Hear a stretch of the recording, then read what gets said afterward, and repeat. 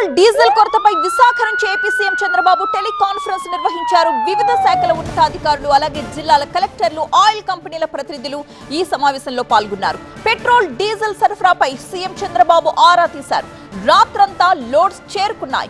బంకులకు నిరంతరం petrol diesel సరఫరా జరిగేలా చూస్తున్నామని అధికారులు చెప్పారు. ఇవాళ ఉదయం 1402 లోడ్స్ వచ్చేలా ప్లాన్ చేశామని కూడా చెప్పారు. గడిచిన 24 గంటల్లో 2173 కిలోలీటర్ల పెట్రోల్, 2846 కిలోలీటర్ల డీజిల్ అమ్మకాలు జరిగినట్లుగా అధికారులు సీఎంకు వివరించారు. నో స్టాక్ బోర్డ్స్ పెట్టిన బంకుల సంఖ్య ఏ మేరకు తగ్గింది అని ప్రశ్నించారు CM Chandrababu.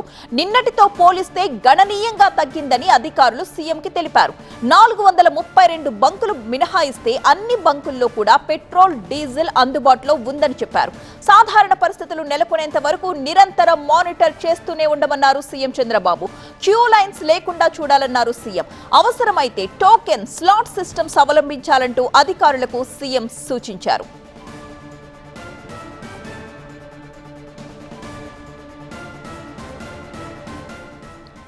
Officers on field. ఏపీలో పెట్రోల్, డీజిల్ కొరత జనాన్ని ఎంత ఇబ్బందులకు గురి చేస్తుందో మనం చూస్తున్నాం.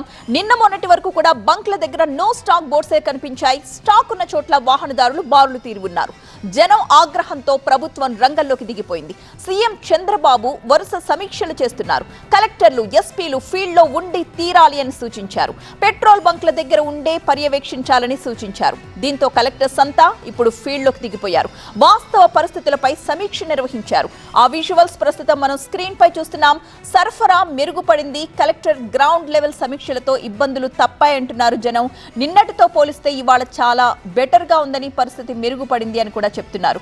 మనం చూస్తున్నాం బాపట్ల, తూర్పుగోదావరి, పల్నాడు, నంద్యాల, విజయనగరం, కృష్ణా జిల్లా, ఇలా ప్రతి ఒక్క జిల్లాలో కూడా కలెక్టర్స్ క్షేత్రస్థాయిలో రియల్ సిచ్యువేషన్ ని మానిటర్ చేస్తున్న దృశ్యాలు మనం చూడొచ్చు.